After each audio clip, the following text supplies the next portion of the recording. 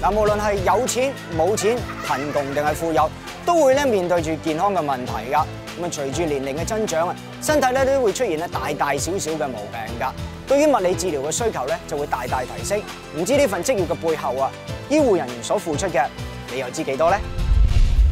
？Kenneth， 可唔可以咧同我哋分享一下咧？香港人咧普遍咧對呢個咧物理治療咧個範疇係點樣嘅咧？其實咧物理治療咧就好闊嘅。咁香港人咧對於物理治療咧可能都未必真係好了解嘅。咁亦都有一啲誤解添，因為好多人咧可能覺得物理治療咧都係治標唔治本嘅。咁但係其實咧物理治療咧嗰個範疇咧就好闊嘅喎。咁譬如啦，我哋物理治療咧係包括一啲譬如門診嘅物理治療啦。門診嘅物理治療就係一啲我哋有痛症或者有一啲本身身體唔舒服啦，譬如頸痛啦、腰痛啦，或者有都市病嘅病人咧，咁都會去一啲門診嘅物理治療咧去接受一啲治療嘅。咁嗰啲治療咧就包括好多嘢嘅，包括一啲電擊嘅治療啦，一啲好多牽引嘅治療啊，或者一啲超聲波嘅治療啊，好多唔同嘅治療方法嘅。咁另外一樣嘢咧就係物理治療咧，其實咧仲會牽涉好多其他嘢嘅，譬如我哋話老人家啦，老人科嘅物理治療啦，譬如老人家如果譬如有一啲身體上面嘅問題，譬如帕金遜症啊，或者其他腦退化症啊，咁佢可能咧喺物理治療上面咧都有一啲運動咧去做咧，佢可以幫助呢啲老人家嘅。咁另外一樣嘢咧就係譬如物理治療咧，亦都係會做一啲運動創傷方面嘅工作。呢樣我就聽得特別多啦，因為好多運動員咧本身咧即係訓練嘅過程可能有少少損傷啦，都需要物理治療師嘅輔導噶嘛。係啊，咁譬如話啊，你哋去睇一啲球賽嘅時候，譬如一啲運動員咧受咗傷，然後啊瞓咗喺地下嘅時候咧，咁有一啲軍醫或者有啲人咧衝出去，哇去睇下，喂嗰個運動員咧仲可唔可以繼續比賽，檢查佢傷勢咧？其實呢啲咧都係啲物理治療師嚟嘅喎。咁呢個好多人都唔知啊。咁譬如軍醫呢啲都係一啲物理治療師。啊嗱，普遍啊，其實咧香港人啊對呢個咧物理治療咧有冇誤解到嘅咧又？有一啲人咧就會覺得啊物理治療咧就好似成日都係電一啲機器啦，或者治標唔治本啦。有啲人就會覺得啊好似鐵打咁樣但係咧就收費就昂貴一啲，唔使落藥啊嘛，因為冇藥敷噶嘛，有時。係啊，咁但係其實就唔係嘅。咁物理治療咧用好多方法，我哋話物理治療咧熟讀呢個解剖學，即係知道人體嘅肌肉啦、神經線啦、關節啦個解剖嘅各樣咧，咁去因着呢一啲西醫嘅基礎理論咧，去將一啲治療咧去幫一啲病人去康復佢嘅身體嘅。嗱，普遍乜嘢啲香港人咧係需要咧輔助到用呢個物理治療嘅咧？譬如咧，如果我哋話門診嘅物理治療多啲常見咧，我哋病人咧就會係譬如一啲辦公室嘅office lady 啦，或者係做一啲可能長時間站立工作啦、長時間坐嘅工作啦。咁好多人咧譬如對電腦對得耐啦，咁佢哋都會有頸痛啦、腰痛啦，譬如一啲網球肘啦，甚至有一啲譬如肩周炎啦，咁呢啲問題咧，其實都全部都係可以去睇物理治療嘅。嗱，咁其實你即係近幾年啦，你都知道啦，即係普遍嘅香港人咧都係低頭族噶啦，都係用好多智能手機或者平板電腦嘅，咁啊導致到咧自己咧呢個頸椎咧就好辛苦嘅。其實而家多唔多人係因為呢個問題而需要物理治療嘅咧？其實咧，如果頸痛嘅病人咧係非常之多嘅，我哋而家因為因着好似你所講啦，平板電腦啦、智能電話啦，咁成日耷低頭去做嘢咧。如果我哋話譬如我哋診所嚟計先算，有超過50%嘅病人咧，其實都係同頸痛有關嘅。係啊，咁所以咧，其實如果我哋話嗰個日常嘅姿勢或者習慣咧，其實影響咗嗰個好大部分人嘅痛症。嗱，咁其實開頭可能咧，本身嗰個人咧都未必發覺得到嘅，可能覺得自己嘅頸痛啊，或者頭痛啊，或者呢個脊椎痛咧，就係食藥。通常就係食咗藥一段時間都覺得冇效，醫唔到，係咪先去睇呢個物理治療嘅咧？其實又唔一定嘅喎，因為物理治療咧，嗰個原則咧就係唔用藥嘅。我哋話咧用一啲物理嘅方法去醫治嗰個病人嘅問題，譬如用一啲光學啦、聲學啦、電學啦、冷熱啦各樣咧，去幫助嗰啲病人咧去盡量去盡快康復，去恢復佢嗰個身體。咁唔一定話要食藥冇效，然後先至去睇物理治療嘅。其實物理治療咧可以好早就已經介入㗎啦。會唔會即係香港人有個誤解，就係話以為食藥醫唔到嗰種痛，先可以用物理治療先可以解決得到咧？其實都唔會嘅，因為譬如你話日常如果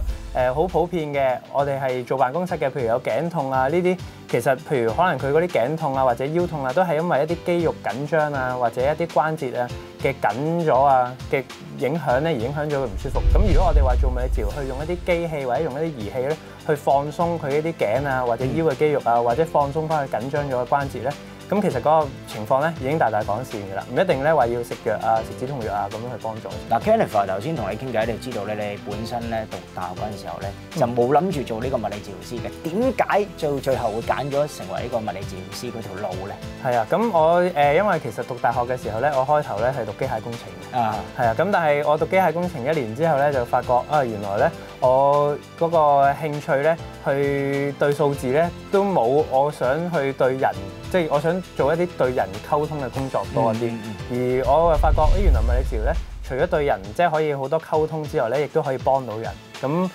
所以咧，我讀咗1年機械工程之後咧，就轉科，就轉咗咧去到物理治療。咁啊，直到而家咁啊做咗物理治療師。嗱，咁成為咗呢個物理治療師啊，對自己本身人生嘅態度有啲咩改變到咧？其實人生態度的確有改變嘅，因為譬如我讀機械工程嘅時候咧，我唔知道原來啊有咁多人咧嗰個身體上面咧有咁多毛病係需要幫助，咁亦都咧去喺做物理治療嘅過程當中咧，同好多病人我哋有好多溝通，因為物理治療咧一般咧我哋話即係做治療嘅時間咧可能比較長，同病人建立嗰個關係咧亦都會比較好，咁所以咧同病人好多溝通，而當我哋話去醫治個病人嘅時候咧，嗰個病人不單止即係不單止係同你溝通得好好之後咧，佢感受到你嘅關心，感受到你對佢嗰種唔係淨係睇個病，係睇個人嗰樣嘢，係好有滿足感嘅。當個病人係好返嘅時候，就滿足感會好大。嗱，會唔會咧？即係而家咧，香港人咧普遍嘅年紀咧，即係都推到好遲㗎啦，即係嗰個年紀。咁其實身體大大小小都會有毛病。咁有好多時係都需要呢個物理治療嘅咧，去輔助身體嘅機能嘅咧，再協調翻嘅咧。係，咁其實你講得好啱啦。而家我哋話平均年齡，我哋香港人年紀會大咗啦。而我哋話姿勢唔好嗰啲咧，亦都係多咗嘅喎。因為譬如我哋用好多電腦啦，用好多手提電話啦。咁佢因為用着咁多呢啲智能嘅工具嘅時候咧，嗰個頸痛啊、腰痛咧，嗰個趨勢咧，仍然有年輕化嘅趨勢。咁所以可能啲後生啲嘅人咧，已經好似以前我哋話係咪要50、60歲嘅人先至睇物理治療？而家唔係喎，而家可能30、40歲嘅人咧，已經有需要睇物理治療。嗱，同埋咧，即係你知道啦，即係近呢5至6年啦，好多人咧都會跑呢個馬拉松㗎啦，即係10 km啊，或者20 km啊。咁其實有好多人都係啲用力個方法或者跑步嘅姿勢唔正確，而導致到佢有啲損傷啊。其實我覺得會唔會其實呢段時間會多咗人去認識物理治療呢個範疇嘅咧？都會啊。咁你講得好好啊，因為喺每一年依家有啲馬拉松嘅盛事啦，咁嗰啲賽事裏面咧，其實好多咧物理治療師去幫手嘅。咁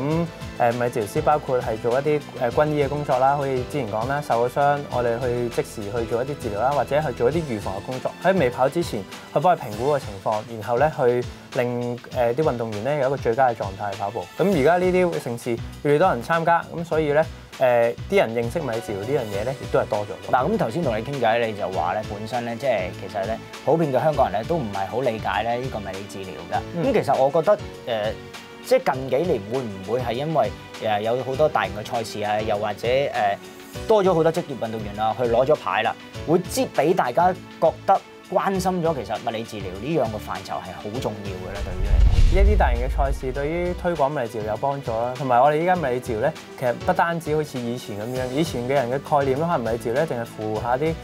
老人家行下路咁，其實唔係嘅。而家物理治療咧有好多嘢嘅，甚至物理治療師咧，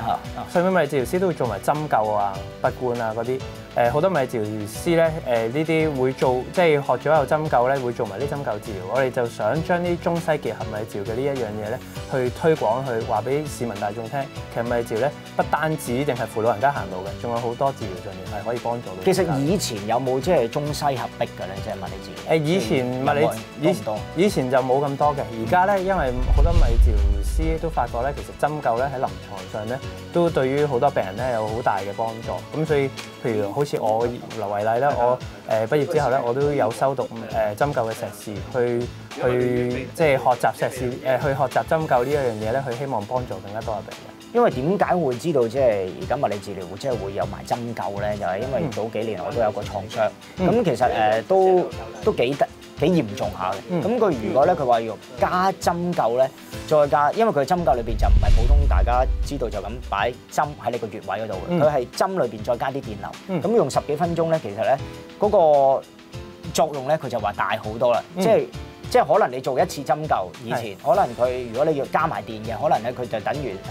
幾次啊嗰個 effect，咁啊即係個痛症啊，無論個恢復嘅程度都會快好多咯。係冇錯啊，你講得好啱啊，因為我哋譬如依家物理治療結合埋針灸咧，其實係相得益彰嘅，因為我哋針灸咧或針對咧對一啲痛症啦，或者一啲神經線即係有神經線牽涉嘅問題咧，嗰個效果咧係會幫助好大嘅。咁所以針灸加物理治療呢一樣嘢咧，其實係好值得推廣。嗱咁 Kenneth 頭先咧同你傾到咧，就係話咧